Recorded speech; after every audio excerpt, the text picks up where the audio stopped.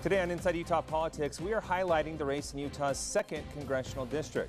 Representative Chris Stewart is seeking his 4th term in office, while challenger Shireen Gorbani is trying to convince voters to make a change. Both candidates are here to make their pitch to you. Time now for Inside Utah Politics. Good Sunday morning, and thanks so much for joining us for Inside Utah Politics. I'm Glenn Mills. We begin this morning with Representative Chris Stewart. Representative, great to have you on the show. Thanks so much for being here. Good to be with you. Thank you. Okay, so as I mentioned, you're seeking a 4th term. Why? What's the most important thing to you in seeking that additional term? Conservative principles are the only thing that can save our country, the only thing that can keep the economy growing, continue to provide jobs and income, the only thing that continue to recognize that the primary responsibility of the federal government is to keep us safe, building our military, defeating ISIS, regulatory reform. Glenn, I could keep going. It's these things that matter and those things that I hope to continue to make happen. And we'll dig a little deeper into some of those topics, but first I want to talk about your resume. What do you think you've done that warrants another term? Yeah. Well, you know, that's a fair question, and I think it's something that we should ask virtually every candidate. What have you done? And I would back up a little bit. My experience as an Air Force pilot, it really matters. I mean, very few people in Congress have any military experience. It turns out that we live in a dangerous world and that those things matter. My experience as a small business owner. If you've lay awake at night worried about making payroll, that's a religious experience. That will change you. And I understand that small business creates about 60% of the jobs in the country. Let's continue to make it easier for small businesses to grow. And then trying to translate that experience to Washington, which really is, I think, what you're asking.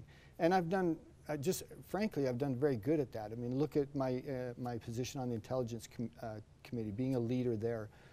I've traveled the world as we look at these problems. And when you're talking about being a leader on the Intelligence Committee, could you be the leader on the Intelligence Committee in your next term? We would hope to continue to be a voice and to lead and to help other members of Congress understand some of these critical issues. And I think that's a possibility, but we'll wait and see. I think it's probably premature to talk about that. But I think I'm recognized as a leader on that committee. There's no question about that. And that committee does extraordinarily important work. But it's the Appropriations Committee as well. Again, one of the most powerful committees in Congress. And the ability to help the president and others in this conservative agenda, a lot of that goes through appropriations as well. Let's start get into some of the big issues that are still big today. Talk about the tax reform bill and assess it at this point.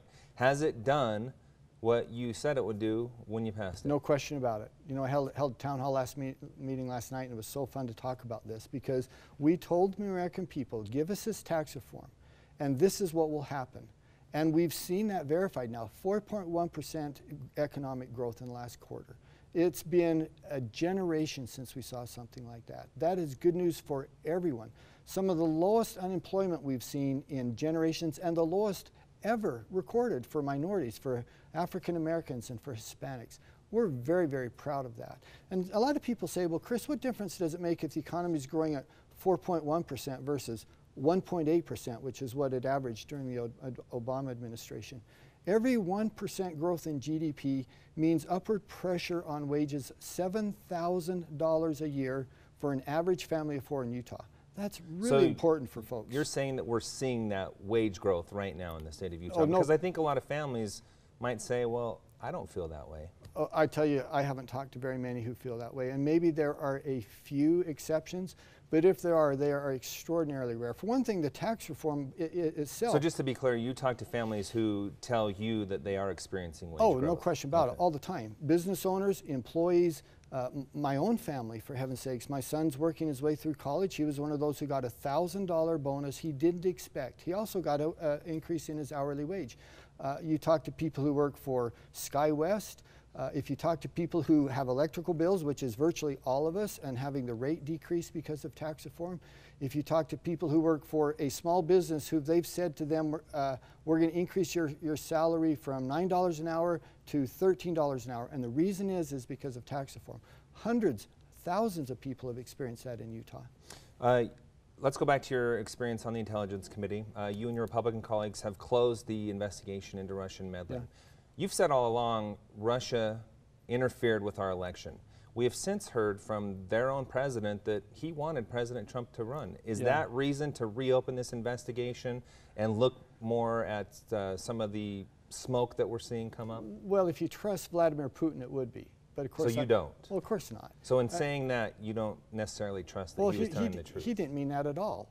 I mean, he's a KGB thug. He's a manipulator and a liar. He's not going to tell us the truth on this. The one thing he wants to do is to always weaken the U.S. Doesn't matter if it's Hillary Clinton, doesn't matter if it's Barack Obama or now President Trump. He wants to weaken President Trump. And what's the most effective way for him to do that? It's to put his arm around him and say, hey, this is my guy. I supported him. He's president because of me. I mean, it doesn't take, you have to don't go down very many layers to see, of course he's trying to manipulate that. I don't believe him for a second. So you're still standing firm that the investigation doesn't need to be reopened?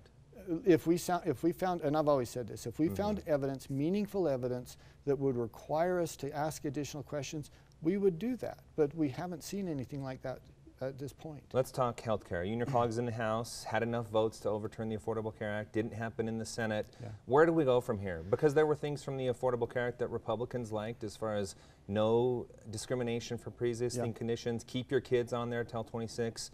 Where do we go from here? Well, first thing is to protect that.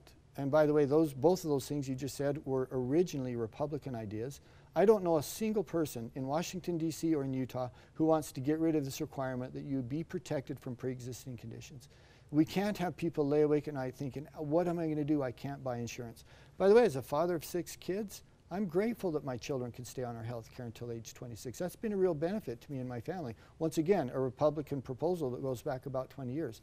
But it's not just enough to fail in trying to repeal Obamacare, which was very frustrating, and shame on the Senate for not helping us with that. But that's kind of where we are. So now we have to ask, what can we do to help American people? What can we do to help Utahns based on that reality? And there's a couple things that we've done, and I think that did make a difference. One of them, so many people were so resentful of the idea that they were compelled, that the federal government said, you have to buy insurance, and you have to buy this kind of insurance. So we were able to repeal that individual mandate.